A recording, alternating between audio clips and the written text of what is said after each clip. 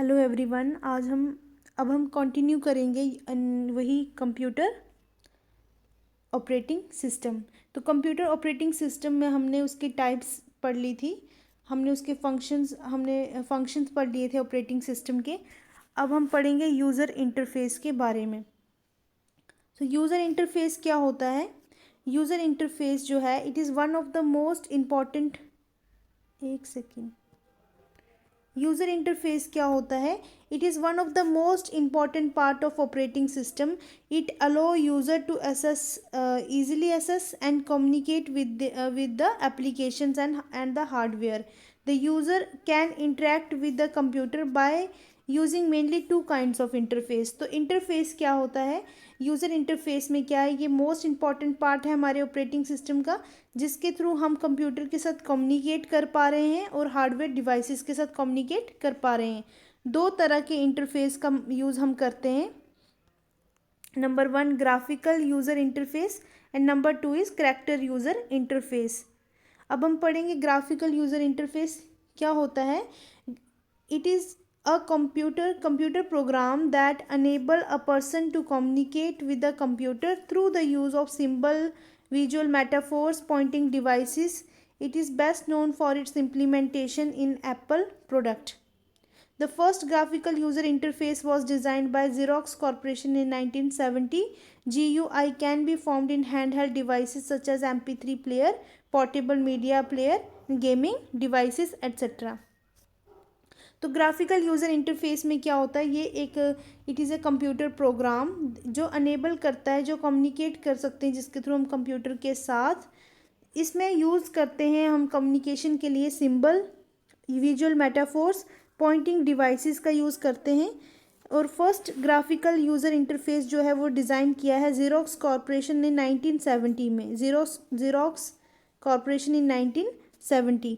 GUI can be formed in hand held devices. Mobile phone में भी GUI होता है, जैसे MP3 प्लेयर। MP3 प्लेयर को हम क्या करते हैं, MP3 प्लेयर को हम क्लिक करेंगे तो हमारे पास लिस्ट, सॉन्ग्स की लिस्ट आ जाएगी। Portable media player, gaming devices को हम क्लिक करेंगे तो हम गेम जो है वो प्ले कर सकते हैं। तो हम क्या कर सकते हैं, गेम जो है गेम जो है वो खेल सकते हैं। तो यहाँ पे क्या है, ग्राफिक्स का यूज़ करके हम कंप्यूटर से इंटरेक्ट कम्युनिकेट कर रहे हैं। Second one is character user interface. Character user interface में क्या होता है, इसको हम it is also known as command line interface, इसको कमांड लाइन इंटरफेस भी बोलते हैं। और इसमें कैरेक्टर यूज़र इंटरफेस में क्या होता है, it is a mechanism of interacting with a computer system और a system software by typing command to perform specific task. CUI जो है uses text type one after another just as command in MS-DOS. So CUI में क्या होता है, character user interface में हम computer के साथ कम्युनिकेट कर सकते हैं बाय टाइपिंग, बाय कमांड देने के बाद कि हम कुछ भी कमांड देंगे फॉर स्पेसिफिक टास्क के लिए। स्पेसिफिक टास्क के लिए हम क्या देंगे, उनको कमांड देंगे। हम टाइप करना होगा तो हम टाइप करके ही उसको कमांड देंगे। ये हमारा वे होगा कैरेक्टर यूज़र इंटरफेस में कम्युनिकेट करने का। कैरेक्टर यूज़र इंटरफेस में टेक्स्ट का हमें यूज़ करना होता है। और क्या होता है, one after another just as command हम कर देते हैं MS-DOS में। नेक्स्ट है बूटिंग। बूटिंग क्या होती है? बूटिंग जो होती है ये क्या होता है, is the startup of a computer or a computer appliances until it can be used. It can be initiated by hardware such as start button or by software command. There are two type of booting.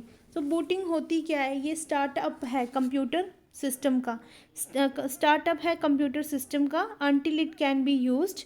It can be initiated by hardware such as start button और by the software command. तो हम क्या करते हैं booting में, क्या होता है हमारा बूटिंग में, हम जैसे ही स्टार्ट करते हैं कंप्यूटर को तो वहाँ पे हमारी स्क्रीन के ऊपर जो बहुत सारा लिखा हुआ आता है वो क्या है, बूटिंग है।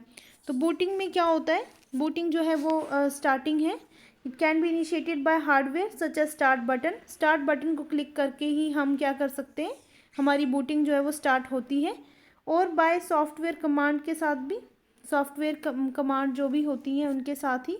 और दो तरह की बूटिंग होती है, कोल्ड बूटिंग और वार्म बूटिंग। अब कोल्ड बूटिंग क्या होती है? When the computer is turned on, जैसे ही कंप्यूटर टर्न ऑन हो जाता है, after it has been completely shut down. तो जैसे ही कंप्यूटर टर्न ऑन हो जाता है, कंप्यूटर ऑन करते हैं, ऑफ के बाद ऑन करते हैं, अच्छे से ऑफ के बाद काफ़ी टाइम बाद हम कंप्यूटर को ऑन करते हैं, जो उस वक्त बूटिंग होती है वो कोल्ड बूटिंग होगी। और जब कंप्यूटर को क्या होगा, रीस्टार्ट करेंगे हम by pressing the combination of control alt plus delete key और रीस्टार्ट बटन। जब हम क्या करेंगे, कंट्रोल अल्ट प्लस डिलीट की को टास्क करते करते हम सडनली कंट्रोल अल्ट और डिलीट की को प्रेस कर देंगे या रीस्टार्ट बटन को प्रेस कर देंगे, तो वो वार्म बूटिंग होना स्टार्ट हो जाएगी, क्योंकि सिस्टम हमारा ऑलरेडी वार्म होगा। और हम अगर सिस्टम को बंद भी कर देंगे फिर स्टार्ट करेंगे तो बूटिंग तब भी होगी, मगर उस बूटिंग को बोलेंगे वार्म बूटिंग। और कोल्ड कोल्ड बूटिंग कब होगी? कोल्ड बूटिंग जब सिस्टम जो होता है वो कम्प्लीटली शट डाउन होगा, उसके बाद काफ़ी समय बाद हम कंप्यूटर को ऑन करेंगे तो कोल्ड बूटिंग होना स्टार्ट हो जाएगी।